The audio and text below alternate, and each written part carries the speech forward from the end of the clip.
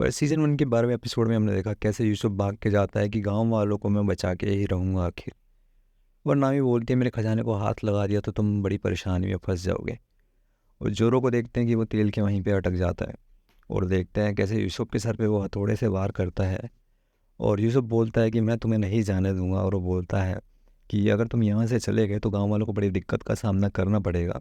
और मैं नहीं चाहता कि गाँव वाले जो है अपना साधारण सा दिन ना बिताए।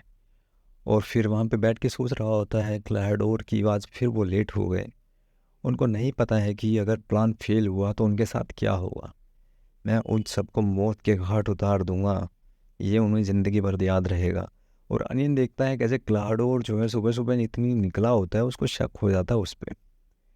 और ये है सीज़न 1 का 13वां एपिसोड, मियाबान ब्रदर्स और जोरो की लड़ाई। नाव दिखाई जाती है, बिल्ली जैसा ही इसका शेप होता तो पता चल ही जाता कैट से रिलेटेड ही हो गया। और सारे के सारे ढेर हो जाते हैं और वो लूफी और जोरो बोलते हैं अरे कितने कमज़ोर है यार, ये मज़ा नहीं आया है लड़ने में बिल्कुल भी। और वो चौंक जाते हैं कि अरे तुम इतनी ज़्यादा स्ट्रोंग कैसे हो। नामी बोलती है कि तुम दोनों इतना ज़्यादा लेट कैसे हो गए हो। और जोरो बोलता है तुम ही हो जिसकी वजह से मैं वहाँ पे फंस गया था। इससे अच्छा कि तुम वहाँ पे रुक जाती, तुमने आखिर यहाँ पे आकर किया क्या है। और फिर लूफी सैन बोलता है चौप यूसुफ से कि तुमने बताया नहीं नॉर्थ कहाँ पे है। यूसुफ बोलता है तुम ही कॉन्फिडेंस में आगे सबसे पहले भागे थे। और जेंगो सोच रहा होता कि कैप्टन क्यूरो बड़ा सनकी है, क्या करेगा आखिर वो। ओह जल्दी से बताओ मुझे, ये मत कहना कि उन दोनों ने मारा है तुम्हें। अगर हमारा दुश्मन इतना शक्तिशाली है तो हमें उनसे भी ज़्यादा शक्तिशाली होना पड़ेगा। और वो फिर उनको हिप्नोटाइज करता है कि इस रिंग को ध्यानपूर्वक देखो। और देखते ही देखते तुम्हारे सारे जख्म हैं जो हैं भर जाएंगे। और सारे देख रहे होते कि आखिर ये कर क्या रहे हैं। तो नामी उनको बताती है कि ये उनको कन्विंस कर रहा है कि सारे के सारे जो है स्ट्रांग हो जाओगे, इसको ध्यान से देखते रहो। और जैंगो बोलता है स्ट्रॉन्गर स्ट्रॉन्गर, जल्दी से स्ट्रांग हो जाओ सारे के सारे। और देखते ही देखते एक लुटेरा जो है पहाड़ी तोड़ देता है और सारे के सारे चौंक जाते हैं, अरे कैसे उसने पहाड़ी तोड़ दी है। और नामी बोलती है कि सचमुच में है सारे के सारे हिप्नोटाइज हो गए हैं। और यूसुफ हैरान हो जाता है कि इतने सारे स्ट्रांग लोगों से आखिर हम कैसे लड़ाई करेंगे। और जैंगो ऑर्डर देता है कि जाओ सबको तहस नहस कर दो।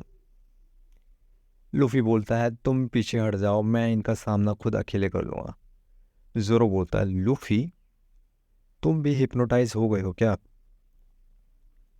और फिर यूसुफ नामी अलग साइड में हो जाते हैं। नामी बोलती है कैसा मूर्ख आदमी है ये। और लूफी सैन अकेले जाता है और अकेले जाके हमला करता है गम गम गैटलिंग। और सबके सबको मुक्के से वार करता है और सारे के सारे पीछे हो जाते हैं। और जेंगो चिल्लाता है कि कैप्टन क्यूरो तुमने नहीं बताया था इन लोगों के बारे में कि ये कोई साधारण मनुष्य नहीं है दोनों। आखिर वो करना क्या चाहता है। लूफी सैन जो है उनकी नाव के पास जाता है। और जब नाव के पास जाता है देखते ही देखते नाव उखाड़ देता है। और वो बोलते हैं कि अरे ये तो नाव उखाड़ने वाला है, बट इसको उखाड़ के आखिर करेगा क्या।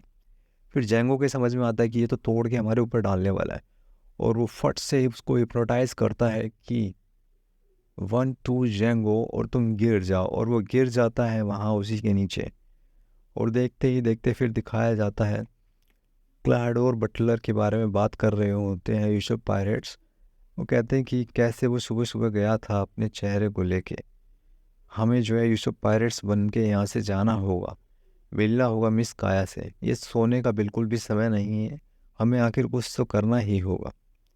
बिल्कुल, तुम बिल्कुल सही कह रहे थे, कैप्टन ने सच बोला था लेकिन हमें झूठ बोल दिया। और मिस काया उठ के बाहर जाती है और बोलती है क्लाडोर तुम कहाँ पे हो। और वो देखती है कि मैरी जो है ज़मीन पे खून से लथपथ लेटा हुआ है। और वो बोलती है मैरी आंखें खोलो मैरी, ये आखिर तुम्हारे साथ क्या हुआ और कैसे हुआ, किसने किया। मिस काया ये किया है क्लैडोर ने। जो क्लैडोर है वो आपकी संपत्ति के पीछे लगा हुआ है। और वो 3 साल से ये सारी की सारी प्लानिंग कर रहा है, वो इसलिए ही आपके करीब आया था। ओ नहीं, ये नहीं हो सकता, ये तो बहुत ही गलत हुआ है। और वो बोलता है यूसुफ सोन ने कल कहा ही था आपको इसके बारे में, लेकिन अब मैं इसके बारे में जब सोचता हूँ तो मुझे बड़ा अफसोस होता है। कैसे यूसुफ सोन ने पूरी की पूरी कोशिश करी हमें बताने के लिए। उसने गांव वालों को भी बताया लेकिन किसी ने भी उसकी एक भी ना सुनी, और गांव वाले ने उसको भगा दिया और जो रियल दुश्मन था उसको ही प्रोटेक्ट कर लिया हमने। कैसे वो पूरी कोशिश में लगा हुआ था कि समस्या का समाधान किया जाए, लेकिन क्या करे, गांव वालों की फिक्र थी उसको, लेकिन गांव वालों ने ही उसको भगा दिया। कोई तो मदद करो, मैरी को घायल है ये।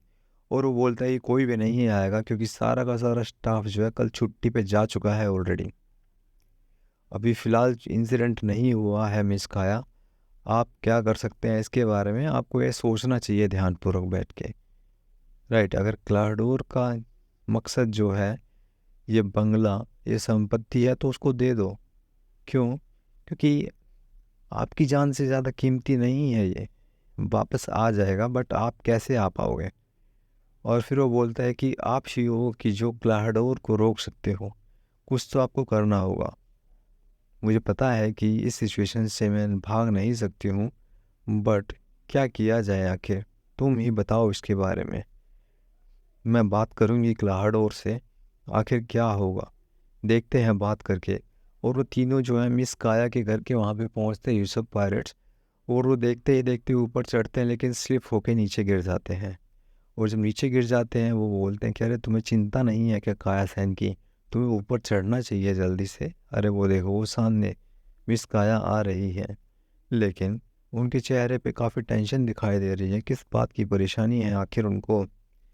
काया सैन आज अपने आप कैसे बाहर निकल गई है, वो भी इस टाइम पे?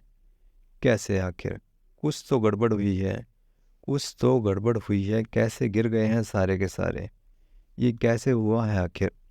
ओ, बुरा मत मानो, हम यहाँ पे फंस चुके हैं।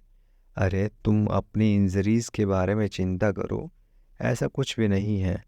अरे ये आखिर ऐसा क्यों हुआ है बेवकूफ़ लड़का? अगर कैप्टन क्यूरो ने हमें इस हाल में देख लिया तो बहुत बुरा हुआ, वो हम सब के सबको मार डालेगा। अब आखिर क्या किया जाए? जल्दी से आओ मियाबान ब्रदर्स, सामना करो इन लोगों का, इनको सबक सिखाओ। कैप्टन जंगो आपने बुलाया हमें, हम आ गए। श्याम और बूची दोनों भाई, अब करते हैं कुछ चमत्कार। लेकिन हम दोनों हैं मियाबान ब्रदर्स। लेकिन वो जिस श्याम, हमें जाना है इस पहाड़ी के उस तरफ। कैसे जाएंगे ये तुमको सोचना पड़ेगा। बीच में एक विपत्ति आ रही है, इस आपदा का पहले सामना करना पड़ेगा। अरे लेकिन हम ये कैसे कर पाएंगे? आखिर कैसे करें? ये तो बहुत ही ज़्यादा स्ट्रॉन्ग लग रहा है। इसका सामना कैसे किया जाएगा? और इसके अलावा हमारी ड्यूटी तो खाली जहाज़ की रखवाली करना है ना, हम क्यों लड़े इससे? और ये कोई लड़ने की जगह भी नहीं है।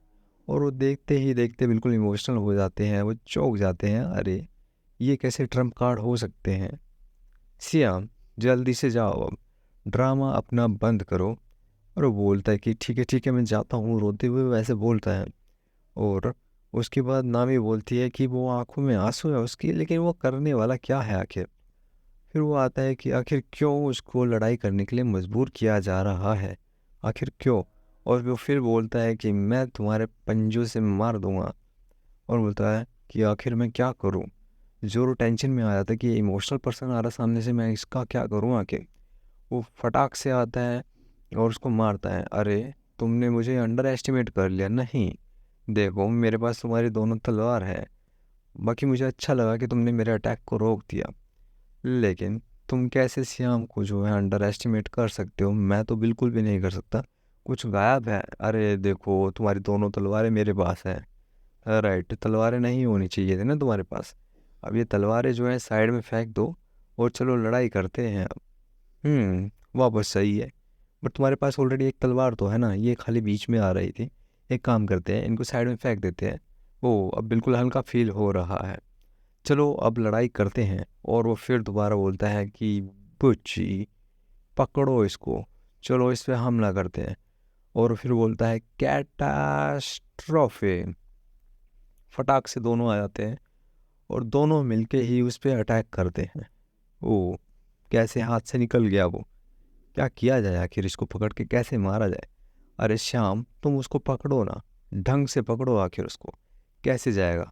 अरे हमें जितना लगा था ये तो उससे भी ज़्यादा शक्तिशाली है। लेकिन अगर एक हिट हमने जानदार उसको मार दी तो पाउडर बन जाएगी बॉडी। चलो बूची, चलते हैं। और फिर देखते ही देखते वो बुशिरो मार्च करते हैं, जिसमें वो दोनों मिलके फटाफट फटाफट अटैक करते हैं। ओह, ये तो बड़ा गलत हुआ। जोरो जो है डिफेंसिव मोड पे आ गया, वो आखिर कब तक रुकेगा। यूसुफ सैन, तुम क्या कर रहे हो आखिर। अरे गुलेल से मार रहा हूँ उसको, उसकी मदद करूँगा। लेकिन ये कैसी मदद है आखिर, ये हमें भी बताओ आखिर तुम।